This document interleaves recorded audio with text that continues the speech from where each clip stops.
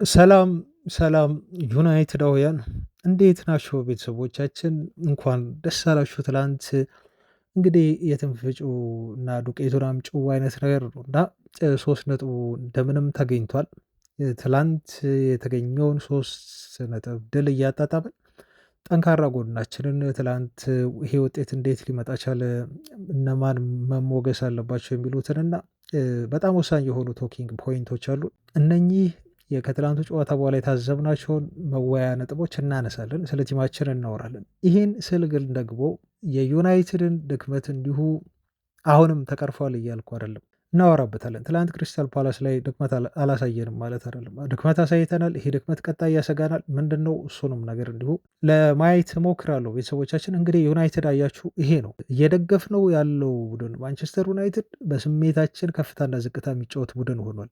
የትላንቱን ድል የጠበቅነው ነው። ባለፈውም ስል ነበር በኤቨርተን ከተሸነፍን በኋላ አሁን ፓላስን አዌ የተጫወቱ አሸንፎ ሊያስገርመን ይችላሉ ዩናይትድ ስል ነበር። ይኸው አደረጉት። ስለዚህ አሁን ዩናይትድ የለም ስንለው እንደ አንበሳ እያሸነፈ አዌ ሁሉ ከባድ ቲሞችን ያሳየን። ዩናይትድ ደግሞ አለልን በቃ ዛሬ ያሸንፋል ብለን በኮንፊደንስ እንዲሁ ስናወራና ስንጠብቀው ዩናይትድ የለም ይሸንፋል፣ በጣም አሳፋሪ በሆነ መልኩ ማለት ነው። እና የዩናይትድ ደጋፊ በመሆናችን የገጠመን ፈተና የስሜት ከፍታና ዝቅታ ይሄ ነው ባያችሁ ቤተሰቦቻችን። እና ለማንኛውም ውጤቱ ጥሩ ነው፣ ዩናይትድን ከፍ ያደርገዋል። በዚሁ የሚቀጥሉ ከሆነ ቀጣይ ጨዋታዎቻችንም አሉ፣ እሱን እንመለከታለን። የዩናይትድ አንደር 80 የሊቨርፑል አቻውን አዌ ድረስ ሄዶ 7-2 በሆነ ውጤት አሸንፏል። ጄጄ ገብርኤል ሃትሪክ ሲሰራ ደስታውን የገለጸባቸው መንገዶች ግን አስገራሚ ነበሩ። እሱን ትንሽ እንቃኘዋለን። የቅድመ ዝውውር ዜናዎች አሉን በርከት ያሉ ባይሆኑም ግን ቤተሰቦች በጣም አጠር ያሉ ግን ቁጥብ የሆኑ መረጃዎችን ማደርሳችሁ ይሆናል። ለምሳሌ ስለ ዲያጎ ሊዮን ዜና አለ። ስለ አንቶኖ ሴሜንዮ መረጃ እንዲሁ ይዤላችኋለሁ። ፕላስ የኢቫን ቶኔም ዜና ይገኛል እጄ ላይ። ከዛ ውጪ ደግሞ ስለ ኢሊየት አንደርሰንም እንዲሁ የተለመደ መረጃ ሀሳብም እንዲሁ አንድ ላይ የያዘ ዜና ይዤላችኋለሁ። የቫልቬርዴንም እንዲሁ የተመለከተ የቢረድ ዘገባ ትላንት ተመልክቻለሁ። እሱ ምንድን ነው የሚለው እሱም ወደ እናንተ ይደርሳል። ብቻ ላይክ አድርጉ ቤተሰቦቻችን። ምን ተሰማችሁ? ዩናይትድ ትላንት ከክሪስታል ፓላስ ጋር ወጥቶ ነጥብ ይዞ መምጣቱ ምንድን ነው ስለ ቲሙ የታዘባችሁት? ስለ ጨዋታው ያላችሁን ትዝብት በኮሜንት እንድታካፍሉኝ እና አብራችሁ እንድትቆዩ ጋብዛለሁ። መልካም ቆይታ። በ13ኛው ሳምንት የእንግሊዝ ፕሪሚየር ሊግ ጨዋታው ትላንት በተመለከታችሁት መልኩ ማንቸስተር ዩናይትድ ከሜዳ ውጭ በጣም ጠንካራ የሆነውን ቡድን ክሪስታል ፓላስን አሸንፏል። 2-1 በሆነ ውጤት ያሸነፈው። የዩናይትድን የማሸነፊያ ግቦች ሜሰን ማውንት እና ጆሹዋ ዘርኪዚ ያስቆጥረዋል። ከትላንቱ ድል በኋላ ዩናይትድ አሁን ደረጃውን በአንድ ማሻሻል ችሏል ማለት ነው እና 6ኛ ደረጃ ላይ ነው የተቀመጥነው። እንዲሁም ከቶፕ ፎር በጣም በቅርብ ርቀት የ3 ነጥብ ልዩነት ብቻ ነው ያለው በነገራችሁ ላይ ማለት ነው። ቶፕ ፎር ብቻ አይደለም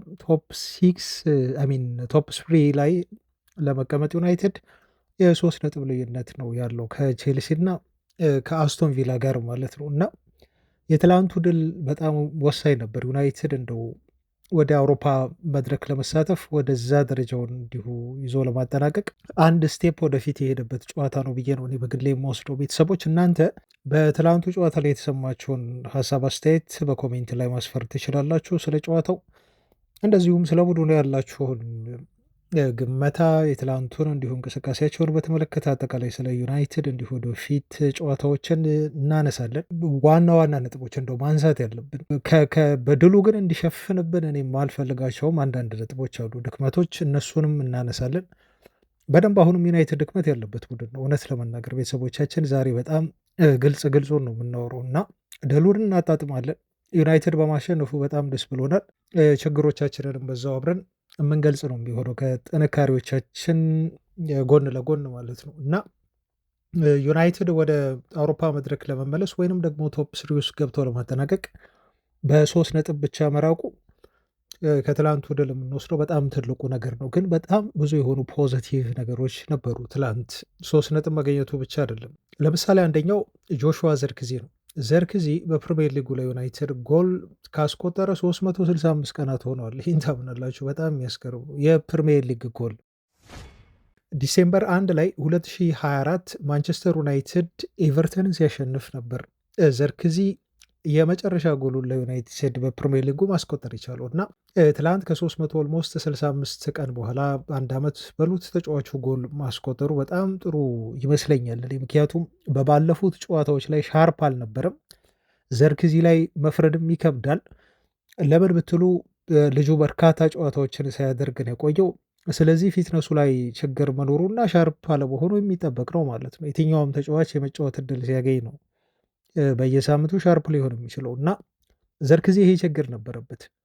ልጁ አሁን እየተመለሰ ነው የሚመስለው። በተለይ ትላንት ጎል ማስቆጠሩ በራስ መተማመኑን ይጨምርለታል ብዬ ነው እኔ በግሌ የማምነው ቤተሰቦች እና ለጆሽ በጣም ጠቃሚ የሆነ ጎል ነው ማለት ነው። በተለይ ደግሞ ጎሉን ስታዩት ያስቆጠረበት መንገድ አንግሉ እኔ ያልጠበኩት ነው። ሁላችሁም የዩናይትድ ደጋፊዎች ያን ጎል እንደማትጠብቁ እርግጠኛ ነኝ። ምክንያቱም በጣም ጠባብ አንግል ነው። በዛ ጠባብ በሆነ እና አስቸጋሪ ለማግባት በጣም አስቸጋሪ በሆነ አንግል ያችን ጎል ዘርክዚ አስቆጥሯት ስንመለከት እንግዲህ የተለየ አፕሪሺዬሽን ነው ለተጫዋቹ ልንሰጥ የምንችለው ማለት ነው። ከባድ ኳስ ነበር፣ ግን የእሱ ጎል ማስቆጠር አሁን ለተጫዋቹ በራስ መተማመኑን እንዲገነባ ማድረግ ብቻ ሳይሆን ቤተሰቦች ዩናይትድን ያነቃቃሉ። እውነት ለመናገር ያለ ጆሹዋ ዘርክዚ ያቺ ጎል ዩናይትድ ይሄን ያህል ከምባክ ፈጽሞ ጨዋታውን አሸንፎ ይወጣል ብሎ ማለት ይከብዳል። ያነቃቃች ጎል ነበረች። ቲሙን በአጠቃላይ ያነቃቃች ጎል ናት እና ለጆሽ በጣም ጠቃሚ ጎል ነበረች። ለዩናይትድም እንዲሁ ብቻ አይደለም። ስለዚህ ተጫዋቹ በዚሁ ኮንፊደንሱ ቀጥሎ በዚሁ ያው ተከታታይ ጨዋታዎች እድል ያገኛል። አሁን እርግጥ ነው ጨዋታዎች ያሉን ሐሙስ ጀምሮ ሁሉ ጨዋታ እናደርጋለን። ስለዚህ ይሄንን ጎል ማስቆጠሩን ሪከርድ ተጫዋቹ ያስቀጥላል ብለን እንጠብቃለን ማለት ነው ቤተሰቦቻችን። ሌላው ትላንት የታዘብነው ነገር አንዱ የሉክ ሾው ሁኔታ ነው። ተጫዋቹ አንቲንግስ ትላንት 300ኛ ጨዋታው መሰለኝ ለዩናይትድ ያደረገው። በዩናይትድ ታሪክ ያው ታውቃላችሁ በርካታ ጨዋታዎችን በጉዳት ምክንያት መጫወት ያልቻለ ልጅ ነው። በርካታ ጨዋታ ስንል ኢቨን በአመታት ሁሉ መግለጽ እንችላለን። ለዩናይትድ ከፈረመ በጣም ቆይቷል። የዩናይትድ አሁን ካሉ ተጫዋቾች በጣም ሲኒየሩ ተጫዋች ነው ሉክ ሾው። በዚህ ሲዝን ግን በጣም የሚያስገርመው ተጫዋቹ ያለ ጉዳት እስካሁን ድረስ መጫወቱ ነው። እንደው በዚሁ ያስቀጥልለትና ብቃቱም እንደዚሁ ለዩናይትድ በጣም ጥሩ ነው። ወደ ዓለም ዋንጫ ሁሉ ቶማስ ቱኸል ይዘውት ሊሄዱ የሚችሉበት እድል በጣም ሰፊ ይመስለኛል በዚሁ የሚቀጥል ከሆነ ሉክ ሾው እና ትላንት በጣም ጥሩ ነበር። የዩናይትድ ተከላካዮች ጥሩ ነበሩ ከዮሮ በቀር። ስለ ዮሮም በኋላ የምናወራው ነገር አለ። ተጫዋቹ በጣም ሄልዚ ከሆነና እንደዚሁም ፊትነሱን የሚጠብቅ ከሆነ ዩናይትድ ወሳኝ ተጫዋች እንደሆነ ትላንትም በደንብ ነው ያሳየው ሉክ ሾው ማለት ነው። በትላንቱ ጨዋታ ዕለት ይሄ አንዱ የምንወስደው ከጨዋታው ነጥብ ነው። ሌላው ደግሞ ስለ 10 ጨዋታዎችን ማንቸስተር ዩናይትድ ከዚህ በፊት ያደረጋቸውን እየተመራ ማሸነፍ አልቻለም ዩናይትድ እና 0 ነበር ሪከርዱ። ፈርስት ሃፍ ላይ ዩናይትድ እየተመራ ጨዋታ አሸንፎ አያውቅም ያለፉት 10 ጨዋታዎችን ማለት ነው። አሁን ትላንት ያንን ሪከርድ ነው ቲሙ የሰበረው። ይህም መሻሻል ከተባለ እየተመራ ነገር ግን ከተመራ በኋላ ሰከንድ ሃፉን አሸንፎ የወጣበት ጨዋታው ነው የፓላሱ ጨዋታ።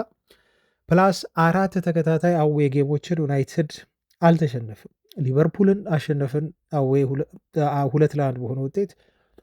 ፕላስ ከቶተንሃም ጋር አቻ ወጣን፣ ከፎረስት ጋር እንዲሁ አቻ ወጣን።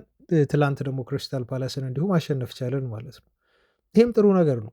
ዩናይትድ እንዲሁ ያለፉትን 7 ጨዋታዎች በፕሪሚየር ሊጉ ያገኛቸውን ውጤቶች ስናይ ሰንደርላንድን 2-0፣ ሊቨርፑልን 2-1፣ ብራይተንን 4-2 እንዲሁም ከፎረስት ጋር 2 አቻ፣ ከቶተንሃም ጋር 2 አቻ፣ ኤቨርተን እንዲሁ በሜዳችን አሸነፍን በመሃላው ፕላስ ደግሞ ፓላስን ትላንት አሸነፍን ማለት ነው። ስለዚህ ካለፉት 7 ጨዋታዎቻችን 4 አሸንፈን 2 አቻ ወጥተን 1 ነው እየተሸነፍነው። ይህም ማግኘት ካለብን 21 ነጥብ 7ቱን ነጥብ ሎስት አድርጎ 14 ነጥብ እንዲሁ ማግኘት ችሏል ማለት ነው። አላቅም ይሄ ውጤት እንደው በጣም መጥፎ ተብሎ ሊገለጽ ይችላሉ የሚለውን እሱን እንግዲህ ቁጥሩን አይታችሁ እናንተ ግምገማችሁን መስጠት ትችላላችሁ። ትላንት እንደው ካስገረሙኝ ነገሮች መካከል አንደኛው ዩናይትድ አንድ ስታት አስመዝግቧል ከአርሰናል ጋር የተስተካከለበትን። ምክንያቱም ያስቆጠራቸው ጎሎች ስናይ ከሴት ፒስ አሁን ከአርሰናል ጋር የተስተካከለው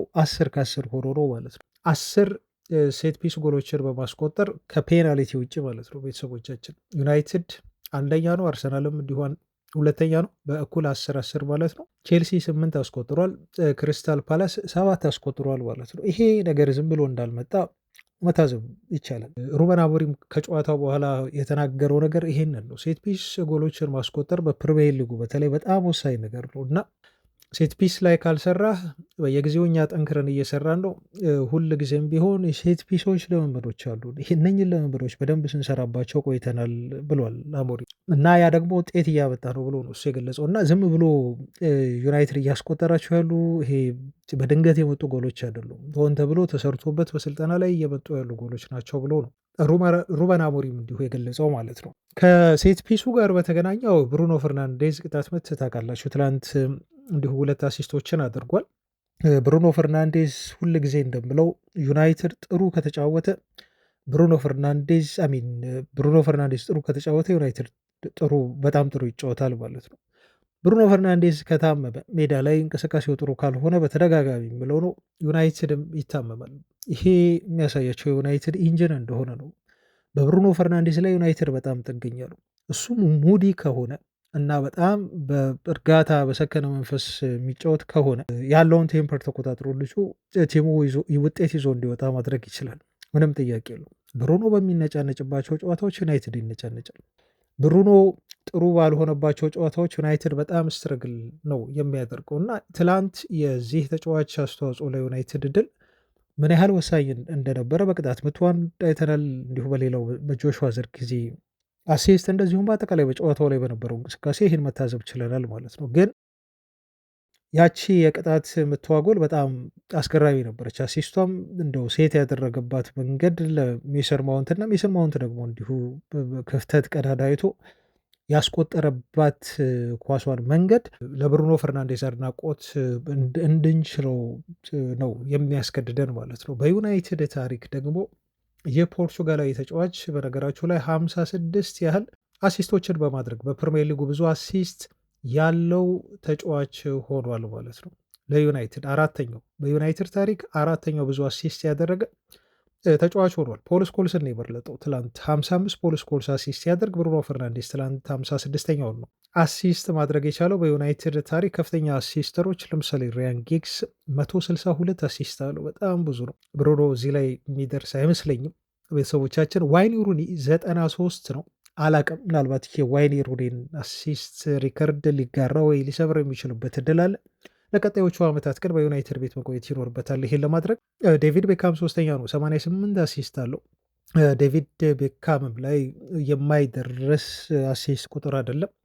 በዩናይትድ ከቆየ አሁንም ብሩኖ ፈርናንዴስ 56 ነው፣ 4ኛ ደረጃ ላይ መቀመጥ ችሏል። ስለዚህ ይሄ ምን ያህል ልጁ የዩናይትድ ሌጀንድ ሆኖ እንደው ከዩናይትድ ቢለቅ እንኳን እየተመሰገነ እየታወሰ የሚኖር ተጫዋች እንደሆነ ያሳየበት ነው ማለት ነው። ይሄ ቁጥሩ በራሱ ይነግራቸዋል። ከጎሉ ውጭ አሲስቱን ብቻ ስናይ ማለት ነው። እና ጎሎቹ የሚደማመሩ ከሆነ ደግሞ ምናልባት ከዋይኒ ሩኒ ጋር ነው ላይፎካከር የሚችለው እንጂ ብሩኖ ፈርናንዴስ በጎልና በአሲስት ካየ ነው እነኚህን ተጫዋቾች የሚበልጥበትም እድል ሊኖር ይችላል አለ ማለት ነው። ከጨዋታው እንዲሁ መጠናቀቅ በኋላ አንዱ ከብሩኖ ፈርናንዴስ ጋር በተያዘ ትንሽ አስግቶ የነበረው ተጫዋች ጉዳት የደረሰበት ይመስል ነበር። ግን ሩበን አሞሪም ኖክ ነው ብለዋል። ይሄ ንክኪ ነው እንጂ ተጫዋቹ እንደተፈራው ጉዳት አልደረሰበትም እና በቀጣይ ጨዋታ ዝግጁ ይሆናል ብለዋል አሞሪም። ለሐሙሱ ጨዋታ ነው ማለት ነው ከዌስትሃም ጋር ስናደርግ ተጫዋቹ ያለ ጉዳት ይጫወታል ብለዋል። ይህም በጣም ጥሩ ዜና ነው። ከትላንቱ ጨዋታ እንደዚሁ ልንወስደው የምንችለው ማለት ነው እና 12 የፕሪሚየር ሊግ ጨዋታቸውን በሜዳቸው ሲያደርጉ ክሪስታል ፓላሶች አልተሸነፉ። ትላንት ዩናይትድ ነው ያሸነፋቸው ማለት ነው። ለመጀመሪያ ጊዜ ደግሞ ማንቸስተር ዩናይትድ ከኦሌ ጉናር ሶልሻየር በኋላ ሴልኸርስት ፓርክ ሲያሸንፋቸው ማለት ነው ክሪስታል ፓላስን በ2020 ላይ ነበር። ከ4 ዓመት በፊት ኦሌ ጉናር ሶልሻየር ማሸነፍ የቻለው ክሪስታል ፓላስን ትላንት የሩበን አሞሪሙ ቡድን ይሄን ታሪክ አይ ቲንክ ከ5 ዓመት በኋላ እንዲሁ ደግሞታል ማለት ነው።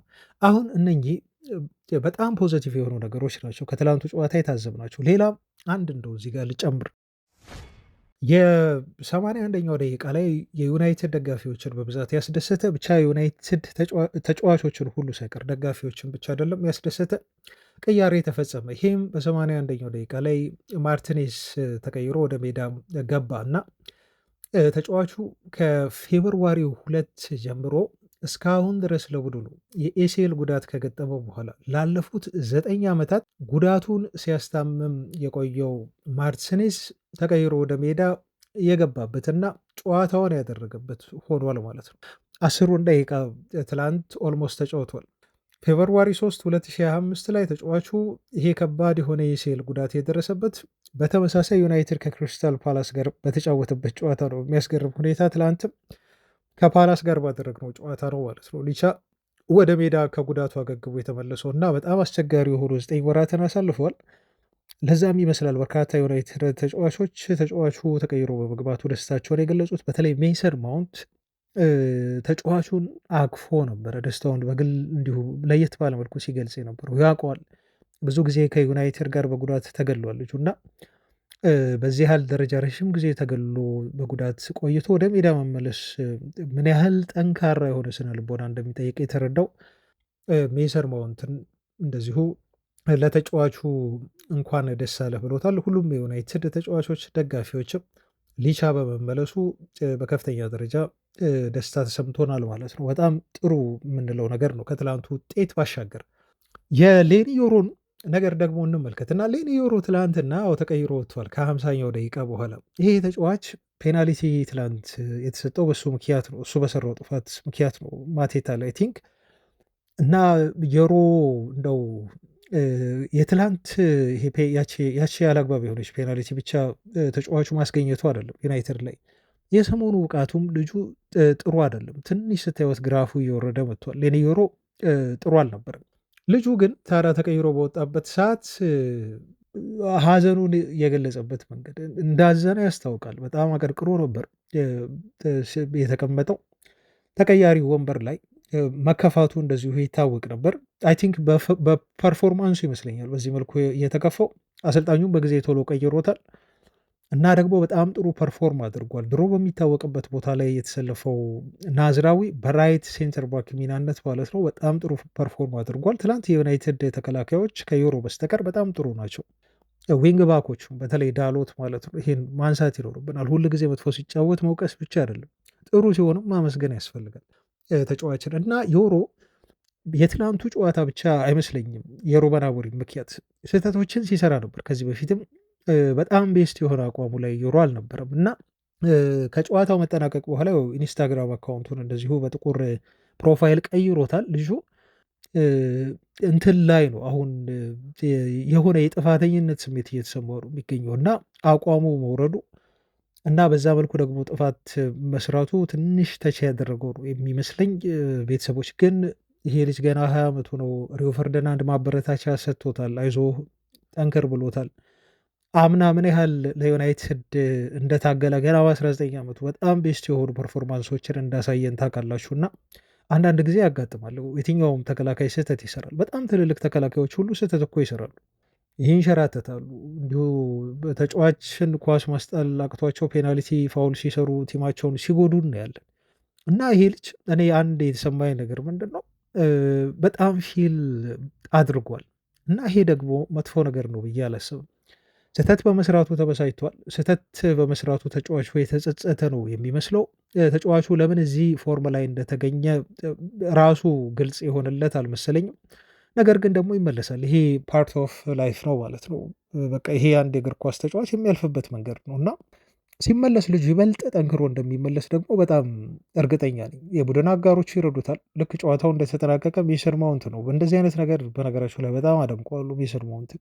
ተጫዋች ተጎድቶ ሲመጣ ወይ በጣም የተከፋ ተጫዋች የሆነ ነገር ሲያደርግ ሮጦ በማጽናናት ይታወቃል ሜሰን ማውንት። ትላንትም ዮሮን ሲያጽናናው ነበር ጨዋታው ከተጠናቀቀ በኋላ ማለት ነው እና ዮሮ ቀለል ቢያደርገው አሪፍ ነው።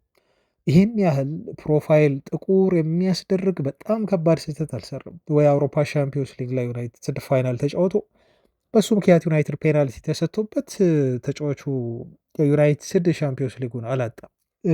ይሄ የትላንቱ ጨዋታ ክብደት የለውም እያልኩ አይደለም፣ ግን በዚህ ያህል ደረጃ ደግሞ ጥፋቱን ተጫዋቹ በውስጡ ባያገነው በጣም አሪፍ ይመስለኛል። ለማንኛውም ፊል ያደረገው የተሻለ ተጫዋች መሆን ስለሚፈልግና ለቡድኑ ስለሚያስብ ስለሆነ የዩሮ መጥፎ አቋም ላይ መገኘት ለኛ ቢግ ኢሹ ሊሆን አይችልም። ተጫዋቹ በጥሩነቱ መቀጠሉ አይቀርም፣ ማገገሙ አይቀርም።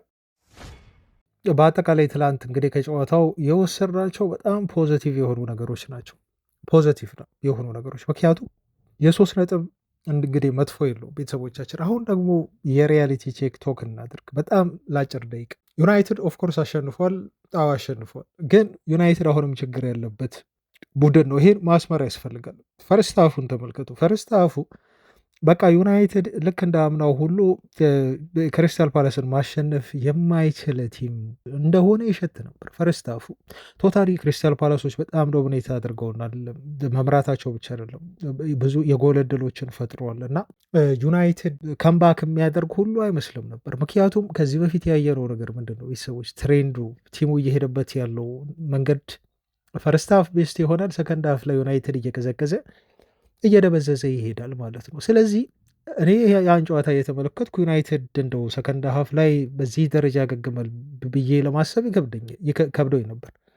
ምክንያቱም ቲሙ እየሄደበት ያለው ትሬንድ ያ ስለሆነ ማለት ነው። ፈርስት ሃፍ ቤስት፣ ሰከንድ ሃፍ እየወረደ የሚሄድ ቲም ነበር። በተቃራኒ የሆነ ግን ትላንት ሰከንድ ሃፍ ላይ ደግሞ ፓላሶች ተዳከሙ። ዩናይትድ ደግሞ በጣም ለማሸነፍ ፍላጎት ያለው እና ለማሸነፍ ሁሉንም ነገር ያደረገ ቡድን ሆነ ማለት ነው። የተሻለ ማንቸስተር ዩናይትድን ተመለከትን። አሁን የትላንቱ ጨዋታ የዩናይትድ ደጋፊዎችን ስሜት የሚገልጽ ነው። ቡድኑ ያለበትን ሁኔታ የሚገልጽ ነው። አያችሁ ዩናይትድ በጣም ምርጥ ነው፣ በቃ አሁን ያሸንፋል ብላችሁ ልክ እንደ ኤቨርተኑ ጨዋታ ከዚህ በፊት ብዬዋለሁ። እርግጠኛ ሆነን ከቲሙ 3 ነጥብ ጠብቀን ብዙ ጎል አስቆጥሮ ያሸንፋል ብለን ስንጠብቅ ዩናይትድ የለም፣ ያስደነግጠናል። በጣም ከአቋም በታች ነው የሚጫወቱት። በጣም በቃ ቤተሰቦቻችን ይህን ከኤቨርተኑ ሽንፈት በኋላ እንደው በጣም ደጋግሜ አውርቻለሁ። እኔ በጣም ፊል ያደረግኩበት ጨዋታ ነው። እውነት ለመናገር በጣም ፊል አድርጌያለሁ። እርግጠኛ ስለነበርኩኝ ኤቨርተንን ለማሸነፍ ዩናይትድ ሁሉም ነገር ነበረው ብዬ ስለማስብ ኢቨን ከጨዋታው በፊት ነው የምላችሁ። ጨዋታው ላይ ደግሞ በቀይ ካርድ እንደዚሁ ከኤቨርተን ወጥቶ ተጫዋች በዛ መልኩ ተንቀሳቅሰው ደግሞ በዛ መልኩ ሲሸነፉ ይበልጥ በቃ አልቻልኩም ማለት ነው እና በጣም ተስፋ የሆነ በቲሙ ተስፋ እንዳጣ ሆኜ ነበር። ጨዋታው ካለቀ በኋላ ስናወራ ከኤቨርተኑ ጨዋታ በኋላ የነበራችሁ ቤተሰቦች እንደው ሰምታችኋል እና አብራችሁኝ ነበራችሁ። እናንተም በኮሜንት አስተያየት ስትሰጡ ነበር። ይሄ ዩናይትድ የምናምነው ዩናይትድ አይደለም። ምክንያቱም አሁን ከኤቨርተን ጋር እንደዚሁ በ10 ለ11 ተጫውቶ ተሸነፈ። ቀጣይ ደግሞ የሆነ ቦታ የሆነ ሜዳ ላይ እንዲሁ ሄዶ ትልቅ የሆነ ቡድንን ሊያሸንፍ ይችላል። ፓላስን ደግሞ ሊያሸንፉ ይችላሉ ሄደው ብዬ እንደው ስገምት ነበር። እውነት ለመናገር ከትላንቱ ጨዋታ እኔ ማክሲመም ከዩናይትድ አቻን የጠበቁት አቻ ምናልባት ጥሩ ውጤት ይሆናል በሚል አሁን ፓላሶች ከነበራቸው አቋም አንጻር ማለት ነው። ግን ደግሞ ይኸው ትላንት እንዲሁ በዚህ መልኩ አሸንፉ። አያችሁ ይህን የስሜት ከፍታና ዝቅታ እየፈጠሩብን ነው ያሉት። የዩናይትድ ትክክለኛው መገለጫ ይሄ ነው። ቀጣይ ከዌስትሃም ጋር ጨዋታ ስናደርግ እንደዚሁ ዩናይትድ ያሸንፋል። 2 ተከታታይ ጨዋታዎችን እንዲሁ አሸነፈ ብለን በጣም በጥሩ ብቃት ዌስትሃምን አሸንፈው ከዛ ቀጣይ ጨዋታቸው ደግሞ ከማን ነው የሚሆነው? ከወልቭስ ነው የሚሆነው። ወልቭስ ደግሞ በፕሪሚየር ሊጉ በጣም ደካማው ቲም ነው። ከወልቭስ ጋር ሄዶ ደግሞ እንደው አያድርግብንና ነጥብ ሊጥሉ ይችላሉ፣ ወይ በጣም መጥፎ ፐርፎርም ሊያደርጉ ከአቅም በታች ደግሞ ሊጫወቱብን ይችላሉ። አሁን ይህንን ስሜት ነው እኔ መረዳት ያልቻልኩት። አሁን ይህንን የዩናይትድ በጣም ኢንኮንሲስተንት የሆነ አቋምን ነው እኔ አንደርስታንድ ማድረግ ያልቻልኩትና እናንተም ተጠንቀቁት ብዬ የምናገረው ማለት ነው ቤተሰቦቻችን። እና ዩናይትድ ማንን እንደሚያሸንፍ አላቅም። ዩናይትድ በማን እንደሚሸነፍም አላቅም። ቤተሰቦች የማያውቁት እነሱ ተጫዋቾቹ ብቻ ነው እና ይህን ዲክቴት ማድረግ የእኛን ስሜት ዲክቴት ማድረግ የሚችሉት ራሳቸው የሚመሩትም ቢሆን ቡዳችንን ተጫዋቾቹ ናቸው ማለት ነው ቤተሰቦቻችን። እና ቲማችን እንደዚህ ጥሩ ነው። ማንቸስተር ዩናይትድ ትላንት በጣም ጥሩ ነገር ነው በቃ 3 ነጥብ ማግኘቱ። ምክንያቱም ከየትኛውም ጨዋታ በላይ በጣም አስፈላጊ የሆነው ነገር 3 ነጥብ ነው። 3 ነጥብ ማግኘቱ ነው። ዩናይትድ በቃ ቶፕ 4 ለመግባት ዩናይትድን ይጠቅመዋል። ማሸነፉ ትልቅ ነገር ነው። ይሄን እንደ ትልቅ ፖዘቲቭ ነገር ነው ብንወስደው። ግን ይሄ ማለት አሁን ዩናይትድ ቶታሊ ኮምፕሊትሊ ደግሞ በቀጣይ ጨዋታ እንደው ያሸንፋል ብላችሁ ፎር ግራንትድ እንድትወስዱት ደግሞ በጣም እንዳትወስዱት ደግሞ ጥንቃቄ ያስፈልጋል ማለት ነው። እኔ እዚህ ጋር ፍራንክሊ ነው የምናገረው። ፍራንክሊ ዩናይትድ ደጋፊ ስለሆንኩ ወይ ዩናይትድን እንደው ስለምወድ እናንተም የዩናይትድ ደጋፊ ስለሆናችሁ እዚህ ጋር ዩናይትድ አሸንፏል ብዬ መጮህ አይጠበቅብኝም። ሌታስ ቶክ ዘ ሪያሊቲ ቤተሰቦቻችን እና እውነት ለመናገር ዩናይትድን እናንተስ እንደው በጣም የምታምኑት ቡድን ነው። እንደው ማንንስ እንዴት አድርጋችሁ ነው እስቲ የዩናይትድን ብቃት የምትገልጹት? ስለ ቲሙ ያላችሁን ስሜት ንገሩን። ባለፈው ያወራንበትን ነገር ቲሙ አሁን ተገበረው ትላንት አላቅም ከአርሰናል ጋር እንደው የመልስ ሁለተኛውን ጨዋታ ስናደርግ እኮ አርሰናልን በሜዳው ሄዶ ሊያሸንፍ ይችላል ማንቸስተር ዩናይትድ። በወልቭስ ደግሞ እንደው ወይ በጎዶሎም ተጫዋች ወልቭስ በጎዶሎ ተጫዋች እንደው ልክ እንደ ኤቨርተኑ ጎዶሎ አንድ ተጫዋች እንደዚሁ ጎሎባቸው በወልቭስ ደግሞ ሊሸነፍ ይችላል ዩናይትድ ማለት ነው። አያችሁ ያለንበት ስሜት ስለ ዩናይትድ ያለንበት ስለ ቡድኑ ያለበት ሁኔታ ከዚህ በላይ ሊገለጽ አይችልም። ቤተሰቦቻችን ምንም የሚጨበጥ ነገር የለውም። ግራፉ በጣም ዚግዛግ ነው። አንዴ ከፍታ አንዴ ዝቅታ፣ አንዴ ከፍታ አንዴ ዝቅታ። ይሄ ችግር ነው እኔ ሊገባኝ ያልቻለው እና ክለቡ ለምን ሊቀርፈው እንዳልቻለ ለምን ይሄን ባህሪ እንደሚያሳዩ ተጫዋቾቻችን እኔ በጣም ነው ግራ እያጋባኝ ማለት ነው። ቤተሰቦች እናንተ የምትሉት ነገር ካለ በኮሜንት እንደዚሁ አስቀምጡልኝ እና ከትላንቱ ጨዋታ አንድ የምረዳው ነገር ዩናይትድ ሳምንቱን ሙሉ ማረፉን እንደሆነ ስላችሁ ነበር። ዩናይትድ አድቫንቴጅ መውሰድ መቻል አለበት። ክሪስታል ፓላስ የኮንፈረንስ ሊግ ጨዋታ ነበረበት። ፈረንሳይ ድረስ ሄዶ በስትራስበርግ በሚባለው ቲም 2-1 ተሸንፈው ነው የመጡት። ምንም አይነት ረፍት አላደረጉም። ረፍት ከተባለ ቢያንስ በቃ አንድ ቀን አካባቢ ነው ረፍት ያደረጉት የፓላስ ተጫዋቾች። ዩናይትድ 5-4 ቀን አርፏል። በጣም በጥሩ ኢነርጂ መጫወት አለባቸው ብዬ ስላችሁ ነበር። ከረፍት በፊት ጥሩ ተንቀሳቀሱ ፓላሶች በጣም ዩናይትድን ዶሚኔት አደረጉ እና እኛም ሰጋን፣ ፈራን። እኔም በጣም ተገረምኩኝ። ምክንያቱም ያ ሁሉ ቀናት ያረፈው ማንቸስተር ዩናይትድ እንደዚህ ነው የሚንቀሳቀሰው በሚል ማለት ነው። ልክ ከረፍት በኋላ አሁን እነሱ ቤንዝል ጨረሱ ማለት ነው። አያችሁ የክሪስታል ፓላስ መድከም ያስታውቃል። ትላንት ከረፍት በኋላ ኢነርጂያቸው በሙሉ ተሟጦ አልቆ ነበር። ምክንያቱም በስትራስበርግ ከባድ የሆነ ፈተና ገጥሟቸዋል ማለት ነው በኮንፈረንስ ሊጉ ጨዋታና ተጫዋቾቹ እንደተሰዳከሙ በጣም ግልጽ ነበር ማለት ነው ቤተሰቦች። እና ዩናይትድ ደግሞ የረፍቱን አድቫንቴጅ ከረፍት በኋላ ደግሞ ተጠቅሟል። ዩናይትድ ጥሩ ኢነርጂ ያለው ቡድን ይመስል ነበር አያችሁ። ስለዚህ ይሄንን ፋክት መካድ የለብንም፣ ድክመታችንንም ማየት አለብን። አሁንም ብዙ ድክመቶች አሉብን። በጣም ከረፍት በፊት የነበረው ዩናይትድ ያስፈራ ነበር። ያን ከረፍት በፊት የተመለከትነውን ዩናይትድ ደግሞ በቀጣይ እንደማናየው እርግጠኛ አይደለንም። በሌሎች ጨዋታዎችም በሁለተኛው አጋማሽ ላይ የነበረውን ኢንቴንሲቲ በሌሎች ጨዋታዎች ላይ እንደሚያሳዩን እርግጠኛ መሆን አንችልም ማለት ነው እና ኤኒዌይስ አሁን ስለ ድክመታችንም ይሄን ያህል ካልኩ ቤተሰቦች የእናንተም አስተያየት እመለከታለሁ። አስተያየታችሁን ስጡ። ግን ኦቨርኦል በጣም ጥሩ የሆነ 3 ነጥብ ነው የወሰድነው እና ከተጠቀምንበት ይኸውላችሁ ቤተሰቦች ከተጠቀምንበት አሁንም እድሉ እኛው እጅ ላይ ነው ማለት ነው። ትላንት ቼልሲ ነጥብ ጥሏል። ኢቨን አርሰናል እንኳን ትላንት ነጥብ ጥሏላቸው መውጣቱን ተከትሎ ስለዚህ ቶፕ ፎር ሬሱ አሁንም ክፍት ነው ማለት ነው እና በ3 ነጥብ ብቻ ነው ከቼልሲ የራቅ ነው። ቼልሲ 3ኛ ላይ ተቀምጧል። የአንድ ጨዋታ ልዩነት ነው።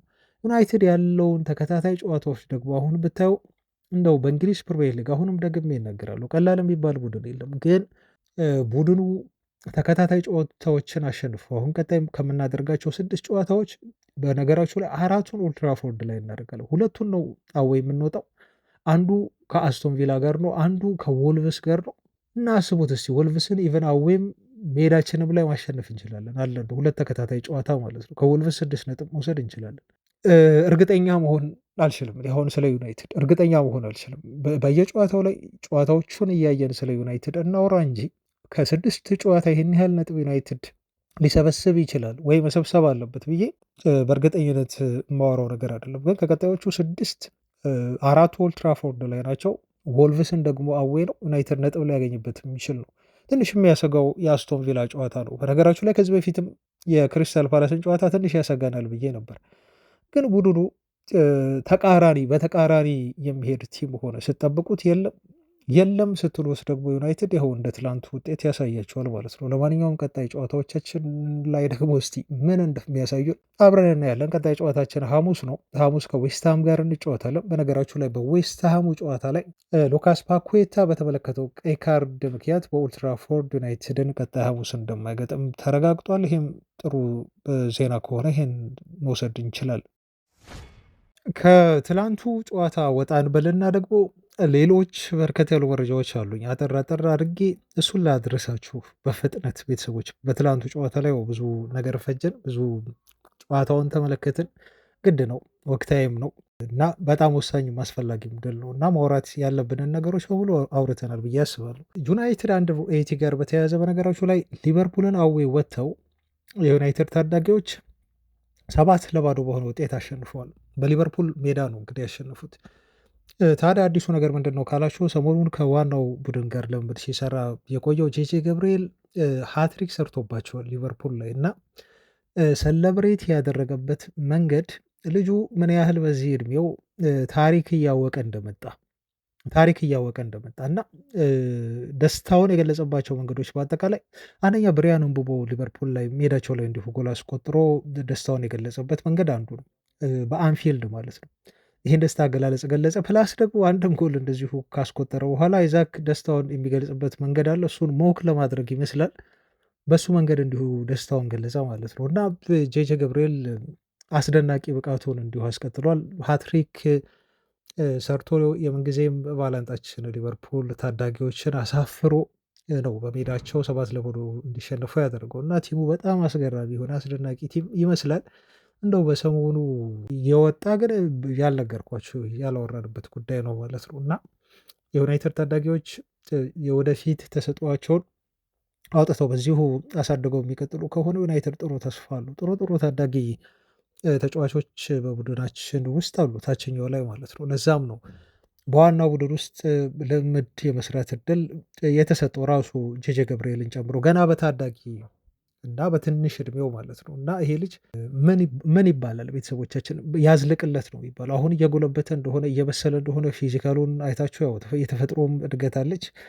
ተጫዋቹ እየበሰለ እንደሆነ ነው የምንረዳው። እየጠነከረ መጥቷል። ከዚህ በፊት አምና እንደምናየው አይደለም ጄጄ ገብርኤል አሁን በፊዚካሊ ጠንከር እያለ ሄዷል። ከዚህ ይበልጥ ደግሞ እንደሚሻሻልና እንደሚጠነክር ተጫዋቹን ተስፋ የምናደርግበት ተጫዋች እንደሆነ ሊቨርፑልን በማሸነፍ በሜዳቸው አሳይቶናል። ሃትሪክ ሰርቷል ማለት ነው። የዲያጎ ሊዮንን ዜና እንመልከት። ይህም ተጫዋች ገና ታዳጊ ነው። ተጫዋቹ እንግዲህ አሁን በዩናይትድ ቤት እየተጫወተ የመሰለፍ ዕድል እየተሰጠው አይደለም። በዛ ምክንያት ዲያጎ ሊዮን አሁን በጥር የዝውውር መስኮት ወደ ኒስ የፈረንሳዩ ክለብ ሊያመራ እንደሆነ በውሰት ተገልጿል። ኢኒዮሶች ከኒስ ጋር ያላቸውን ኮኔክሽን እየተጠቀሙ ነው። ኢኒዮስ የኒስ ባለቤት ናቸው። ኒስን እንደ ክለብ ያስተዳድራሉ ራትክሊፍ። በዛ ምክንያት የክለቡን እንዲሁ በባለቤትነት ማስተዳደር ተከትሎ ይሄን ኮኔክሽን ተጠቅሞ ዩናይትድ እስካሁን ድረስ በነገራቸው ላይ ኒስ እና ዩናይትድ ይህን ያህል ከበድ ያለ ልክ ስትራስበርግ እና ቼልሲ እንደሚያደርጉት አይነት ለየት ያለ ኮኔክሽን ሲፈጽሙ ወይ የተጫዋች ቅይር ሲያደርጉ ወይ ተጫዋቾችን በውሰት ሰጥተው ሲያጫውቱ አልተመለከትንም። አሁን ይሄን ነገር በዲያጎ ሊዮን ሊያደርጉት ይችላሉ ተብሎ ይጠበቃል። ምክንያቱም የመልቲ ክለብ ኦነርሺፕ ትራንስፈር ህግ አለ በዩኤፋ የተቀመጠ ማለት ነው። ይሄ ህግ ደግሞ የመጨረሻ ቀኑ የሚሆነው ሴፕቴምበር 2025 ላይ ነው ማለት ነው። ስለዚህ ከዚህ በኋላ ኒስ እና ዩናይትድ ቢዝነሱን በደንብ አድርገው መከወን ይችላሉ። ተጫዋች መለወጥ መቀየር የሚለውን ህግ ተጠቅመው ማለት ነው። ቤተሰቦቻችን እና 18 ዓመቱ ተከላካይ አሁን ወደ ኒስ ይሄዳል፣ በውሰት እዛ ይጫወታል ተብሎ እየተጠበቀ ነው የሚገኘው እና ለሱ በጣም ጠቃሚ ይመስለኛል። ተጫዋቹ ልምድ ማግኘት መቻል ይኖርበታል። ይሄን ልምድ ደግሞ ከፈረንሳይ ሊግ በላይ በደንብ ልምድ የሚያገኝበት ሊግ ያለ አይመስለኝም። ምክንያቱም በጣም ኮምፒቲቲቭ ነው ሊጉ፣ ብዙ ጥሩ ተጫዋቾችም እየወጡበት ያለ ሊግ ነው እና ለእድገቱም በጣም የሚጠቅመው ይመስለኛል። ጥሩ ተስፋ ያለው ተጫዋች ነው ልጁ። አሞሪም በፕሪሚየር ሊግ የመጫወት እድል ባይሰጠውም ግን ተጫዋቹ ፍጥነቱ ያለው ጉልበት፣ ታለንቱ ገና እድሜውንም ስታየው ገና 18 ዓመቱ ነው እና በጣም ሊያደግ የሚችል ታለንት ያለው ተጫዋች ነው ማለት ነው እና ይሄ ልጅ ወደ ፈረንሳይ ኒስ በውሰት ተሰጥቶ ይጫወታል የሚለው አንዱ የትላንት የወጣ መረጃ ነው። ወደ ሌሎች ቅድመ ዝውውር ዜናዎች እንለፍ። የዩናይትዶች ስም ከኢቫን ቶኒ ዝውውር ጋር በተደጋጋሚ እየተነሳ ይገኛል። በሳውዲ ፕሮ ሊግ በመጫወት የሚገኘው ኢቫን ቶኒም ወደ ፕሪሚየር ሊግ ተመልሶ ለዩናይትድ የመጫወት ፍላጎት አለው ተብሎም ነው የተነገረው። ዩናይትዶች በአጥቂ መስመር ላይ ብዙ አማራጮችን ይዟል። ለምሳሌ እንደነ ጉራሲን ብለናል። የቦሩሲያ ዶርትመንዱ የፊት መስመር ተጫዋች 50 ቢሊዮን ዩሮ ውል ማፍረሻ ለዩናይትድ የሚመጣ ከሆነ በሚል እንዳስቀምጠም ታውቃላችሁ። እንደዚህ አይነት የአማራጭ ተጫዋቾችን ልክ እንደ አዴሚ አይነትም እዛው ዶርትመንድ የሚጫወት ልጅ ነው እየተመለከቱ ነው ያሉት። ኢቫን ቶኔም እንዲሁ በጣም በርካሽ በሆነ ዋጋ ጥሩ የሆነ አማራጭ ተደርጎ የተያዘ ነው በዩናይትድ ተብሎ ተነግሯል። በብሬንትፎርድ ለፕሪሚየር ሊግ ክለብ በመጫወት ጥሩ የሆነ ኤክስፒሪየንስ ያለው የአጥቂ መስመር ተጫዋች ነው እና ይህንን ኤክስፔሪንስ ያለው የአጥቂ መስመር ተጫዋች በማከል እንደው ከሼሽኮ ላይም ጫና ለመቀነስ ሲባል የዩናይትድ አመራሮች አጥቂውን ሊያስፈርሙት እንደሚችሉ በጥር የዝውውር መስኮት ላይ እየተነገረ ነው የሚገኘው። ሌላው የአጥቂ መስመር የዩናይትድ ኢላማ የሆነው ሴሜንዮ ነው። በሴሜንዮ ዝውውር ላይ በጣም ከፍተኛ ፉክክር እየገጠመን ነው በነገራችሁ ላይ ቤተሰቦቻችን እና ዩናይትድ አሁን ይህን ልጅ ያስፈርመዋል የሚለው ጉዳይ በጣም እያሰጋኝ መጥቷል። ስጋቴ ነው። ሪያሊቲውን እንግዲህ ወደፊት አብረን የምናየው ይሆናል። ሰሞኑን ኢንዲካ ላይ የተባለው የዜና ምንጭ የዩናይትድ አመራሮች ወኪሉን እንዳገኙት እና ያላቸውን ነገር ለተጫዋቹ ፕሮፖዝ እንዳደረጉ ምን ለማቅረብ ለሱ እንደተዘጋጁ ከደሞዝ አንጻር፣ ከጮት፣ ከሚና ከተለያዩ ጉዳዮች አንጻር እንዳወሩት ተነግሯል። ሩበን አሞሪምም እንዲሁም ተጫዋቹን ደውለው እንደሚያናግሩት ለማሳመን ጥረት እንደሚያደርጉ እኔ በግሌም እንዲሁ ደፍሬ ልናገር እችላለሁ። ቤተሰቦች ከዚህ በፊት አሞሪም የሚያደርጉት ነገር ስለሆነ ዩናይትድ ይሄን ያህል ወኪሉ አግኝቶ ደሞዝ እና አንዳንድ ጉዳዮችንም የሚያወራው ከሆነ ያለው ፍላጎት ጥብቅ ነው ማለት ነው እና ዩናይትድ በአፍሪካ ዋንጫው ምክንያት ደግሞ ቲሙ በጣም እየሳሳ ስለሚሄድ ዩናይትድ የሴሜንዮን ዝውውር ቁጭ ብሎ ሌሎች ክለቦች ሲያስፈርሙት በተለይ ውል ማፍረሻ ሂሳብ ተቀምጦለት 65 ሚሊዮን ፓውንድ ዩናይትድ ሊመለከት አይችልም እና እዚህ ዝውውር ላይ መግባቱ ዩናይትድ እና መፎካከሩ አይቀርም። አሁን የሚፈልጉት ክለቦች አሁን ደግሞ ሲቲ የገንዘብ ችግር የለባቸውም። ዩናይትድም የገንዘብ ችግር አለበት ብዬ አላስብም። ሊቨርፑል በተለይ ሲቲ ደግሞ ውል ማፍረሻ ሂሳቡን አሁን ለመክፈል ቀጣይ ጃንዋሪ ላይ ወስነዋል ከወዲሁ ተብሎ መነገሩና ዜናው በታይምስ ጋዜጣ መወራቱ ነው ትንሽ ያሳሰበኝ። ዩናይትድ ይሄን ልጅ በቀላሉ ላያገኘው እንደሚችል እንደገምት ያደረገኝ። ኤኒዌይስ ግን የሚፈጠረው ነገር አይታወቅም። ቤተሰቦቻችን አሁን ፔፕ ጋርዲዮላ ይህን ተጫዋች በጣም እፈልገዋለሁ ብሎ በቁጥር አንድ የጥር የዝውውር ኢላማነት ከያዘው ዩናይትድ ከባድ ፈተና ይገጥመዋል ማለት ነው። አሁን ፈተናው የውል ማፍረሻ ሂሳቡን መክፈል አይደለም ቤተሰቦች እና ትልቁ ፈተና የሚሆነው ለተጫዋቹ ሌሎቹ ክለቦች የሚያቀርቡለት ደሞዝ ነው። ዩናይትድ ምን ያህል ደሞዝ እንዳቀረበለት አናቅም፣ ግን እንደሚጠነቀቅ ደግሞ ዩናይትድ አውቃለሁ። አሁን ካለው ፖሊሲ አንጻር እንደ ልብ ለተጫዋቾች ደሞዝ የሚከፍል ቲም አይደለም። አሁን ሜቢ ምናልባት ከፍተኛ 200,000 ፓውንድ በሳምንት ሌሎች ክለቦች ደግሞ እንደነ ሲቲ፣ ሊቨርፑል ከዚህ በላይ የተሻለ ደሞዝ ለተጫዋቹ የሚያቀርቡለት ከሆነ ያ አስቸጋሪ ነው፣ በገንዘብ ይፈትኑታል ማለት ነው። ዞሮ ዞሮ ግን ሴሜንዮ አሁን ለማን መጫወት ይፈልጋል የሚለው ነው እስካሁን አልታወቅም። ልክ አሁን ከዚህ በፊት ብሪያን ምቡሞና ማቲያስ ኩኛን እንዳስፈረም ነው ይሄ ተጫዋች ለዩናይትድ መጫወት ነው ፈልገው ከዩናይትድ ውጭ ወደ ውጭ እንደሚባለው ማለት ነው። እንደ አባባል በቀልድ እንደምናወራው ዩናይትድ ካልሆነ ወደ የትም ክለብ አልሄድም ብሎ ልጁ ካልወሰነ በስተቀር ወደ ዩናይትድ ይመጣል ብሎ መናገር ከባድ እንደሆነ ነው ማለት ነው። እኔ የተረዳሁት ካሉት ከተፎካካሪ ክለቦች አንጻር ማለት ነው። አላቅም የሴሜንዮ ሀሳብ ምን እንደሆነ። ስለዚህ ይህን ዜና ወደፊት እየተከታተልኩ እኔ በደንብ አደርሳችኋለሁ። የመምጣት እድል በደንብ ካለውም አሁን በደንብ እነግራችኋለሁ ያሉትን እውነታዎች እያጣራሁኝ እውነታውን ብቻ ስለ ሴሜንዮ ዝውውር ጉዳይ በደንብ የምነግራችሁ ነው የሚሆነው። ዩናይትድ ግን በፍጹም ሚስ ማድረግ የሌለበት ታርጌት ነው በፍጹም። በተለይ አማድና እንደው ብሪያን ምቡሞ ለአፍሪካ ዋንጫ ሲሄዱ ቲሙ ምን እንደሚሆን እኔ በጣም ያሳስበኛል። ከወዲሁ በጣም ያሳስበኛል። እነሱ እያሉ አንዳንዴ ቲሙ የጎል ዕድል የመፍጠር ችግር አለበት እና እነሱ ሲሄዱ ደግሞ አላቅም ሌሎች ተጫዋቾች በእነሱ ብቃት ይሸፍኑታል ብዬ እኔ ስለማላስብ ነው። ለዛም ነው በሴሜንዮ ዝውውር ላይ ዩናይትድ የሚከፈለውን መስዋዕትነት ከፍሎ ተጫዋቹን ማምጣት አለበት ብዬ የማስበው እና በቀላሉ ሊያዩትም አይገባም። ይሄን ዝውውር በደንብ መፎካከር መቻል አለባቸው ብዬ አስባለሁ። በአማካይ ዜናዎቻችን ደግሞ የፌዴሪኮ ቫልቬርዴን ዜና ነው የምናየው እና ሚረር ጋዜጣ ትላንት አንድ ሪፖርት ይዞ ወጣ። ዩናይትዶች ይሄንን ኡራጓዊ አማካይ ስፍራ ተጫዋች ለማስፈረም በይፋ እየተመለከቱ ነው ያሉት እና ጥያቄ ላይ ያቀርቡ ነው እስከ 80 ሚሊዮን ዩሮ ብሎ ጋዜጣው ዘግቧል። 80 ሚሊዮን ዩሮ ያቀርባሉ ነው ያለው። ማድሪዶች ግን እስከ 100 ሚሊዮን ዩሮ እና ከዛ በላይ ይፈልጋሉ ከዚህ አማካይ ዝውውር ብሎ ነው ሚረር ጋዜጣ የዘገበው።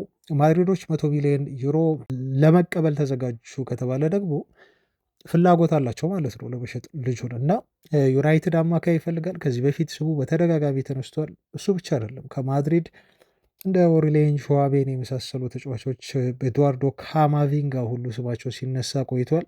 አላቅም በሩመር ደረጃ ብንይዘው ይሻላል። ምክንያቱም በጣም ከምናምናቸው የዜና ምንጮች የተወራ ነገር ስላልሆነ ማለት ነው። ሚረር አንዱ የእንግሊዝ ታይብሎይድ ነው እና እንደነዚ አትሌቲክ ወይ እንደነዚ ታይምስ ወይም ደግሞ ዴይሊ ሜል እንዳሉ አንዳንድ ጋዜጠኞች በጣም የሚታመን አውትሌት አይደለም። ስለዚህ እንደ መረጃ ያህል ብቻ እንያዘው ይሄን ነገር።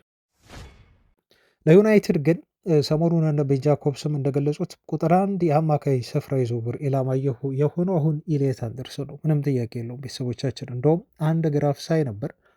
ይሄ ግራፍ የሚያሳየው ገና በ23 ዓመቱ ኢሊየት አንደርሰን ምን ያህል ከፕሪሚየር ሊግ የአማካይ ስፍራ ተጫዋቾች አሁን ወደ ቶፕ ደረጃ ቶፕ አማካይ ለመባል እየተሸጋገረ ያለ ተጫዋች እንደሆነ የሚያስመሰክር በጣም ኢንሴን የሆነ ስታት ነው እያየሁለት ያለሁት። 100+ ተች አድርጓል ተጫዋቹ ማለት ነው። በጣም ትልቅ የሆነ ስታት ነው ይሄ። ቦል ሪከቨሪው ተጫዋቹ እንዲሁ ከ10 በላይ ነው። 13 ተች ያደረገው አጠቃላይ 106 ነው። እንዲሁም ዱዌል ወን ያደረገው ተጫዋቹ በአጠቃላይ 11 ነው ከ10 በላይ ማለት ነው። እንዲሁም በጣም ቁልፍ የሆኑ ፓሶች 6 አድርጓል። ሰክሰስፉል የሆነ ድሪብል 5 አድርጓል። እና ይሄ ልጅ ባለፉት 10 የፕሪሚየር ሊግ ጨዋታዎች ያሉት ስታቶች በተለይ በእያንዳንዱ ጨዋታ በጣም የሚያስገርም ነው። በእያንዳንዱ ጨዋታ ቤተሰቦቻችን ምናልባት በቀጣዮቹ ዓመታት አሁን 23 ነው 24 25 26 ዓመቱ ላይ ሲሆን ከፕሪሚየር ሊጉ በጣም ምርጥ ከሆኑ በጣም ምርጥ በጣም ቶፕ ሌቭል ላይ ካሉ አማካዮች መካከል አንዱ ኢሊየት አንደርሰን መሆኑ እርግጥ ነው ማለት ነው። ይሄ በዚሁ ከቀጠለ እና ዩናይትድ ሚስ ማድረግ የሌለበት ልጅ ነው። እኔ ከዚህ በፊትም ተናግሬያለሁ። የትኛውም ዋጋ ተከፍሎ ይሄ ልጅ ጥር የዝውውር መስኮት ላይ መምጣት አለበት። ክረምት ላይ አይደለም። ኖ ክረምት ላይማ ፋሚሊዎች ክረምት ላይማ ይኸው ሲቲ እኮ ቁጥር 1 ኢላማ አደረገው አማካዩ ላይ አይገርምም? አሁን በሲቲ እና በዩናይትድ በሊቨርፑል መካከል ያለው ልዩነት ይሄ ነው። ሲቲዎች አሁን ያላቸውን ስኳድ ተመልከቱ። እዚህ ስኳድ ላይ ሴሜኖ ለማስፈረም አሁን እንዲሁ ጥርሳቸውን ነክሰው እየሄዱ ነው። ከዩናይትድ አሁንም ደግሞ ይሄን ልጅ ለመንጠቅ አሁንም ይሄን ልጅ አማካይ ስፍራ ላይ ቁጥር 1 ኢላማ አድርገውታል። አሁን ያሁሉ አማካዮችን ይዘው ማለት ነው። ስለዚህ የዩናይትድ አመራሮች አሁን እዚህ ጋር መፎካከር ካለባቸው በሊጉ ኢኒዮሶች በሊጉ ሩበን አሞሪም እንዲሁ የተሻለ ፕሪሚየር ሊግ ዋንጫ እንዲያነሳ ቀጣዮቹን 2-3 ዓመታት የሚፈልጉ ከሆነ እንደ ኢሊየት አንደርሰንን የመሳሰለ ልጅ ከእጃቸው ማምለጥ የለበትም። በቃ ማስፈረም መቻል አለባቸው። ኢሊየት አንደርሰንን ሴሜኖን ለሲቲ ሰጠክ በቀጣዮቹ ዓመታት የፕሪሚየር ሊግ ዋንጫን አነሳለሁ ብሎ ማሰብ አይችልም። ይሄን ልጅ መግዛት ማለት እነኚህ ልጆች መግዛት ማለት ሲቲን ማዳከም ማለት ነው። እውነት ለመናገር እነኚህ ልጆች ለሲቲ ያሳልፈው መስጠት ማለት ደግሞ ዩናይትድ ይበልጥ እጥፍ እየተዳከመ ይሄዳል። ሲቲ ደግሞ ይበልጥ እጥፍ እየተጠናከረ ነው የሚሄደው እና ሲቲን መፎካከር ዩናይትድ ይከብደዋል። ይሄ ነው መሆን ያለበት። አስቡት እስኪ አሁን ዩናይትድ ከዚህ በፊት እንደተባለው እንደተወራው ዲክላን ራይስን ከዌስትሃም ዩናይትድ ያኔ እንደፈለገው አስፈርሞት ቢሆን ኖሮ አስቡት እስኪ የፕሪሚየር ሊጉን የዩናይትድ የአማካይ ክፍል ጥንካሬ እንዴት አድርጎ ሊጨምር እንደሚችል ማለት ነው። ራይስ እዛ ሄዶ አርሰናልን ነው ያጠናከረው እና አርሰናልን ለፕሪሚየር ሊግ ዋንጫ እያፎካከረ ነው። አውሮፓ ሻምፒዮንስ ሊግም ላይ በደንብ እያስገባቸው ይገኛል ማለት ነው።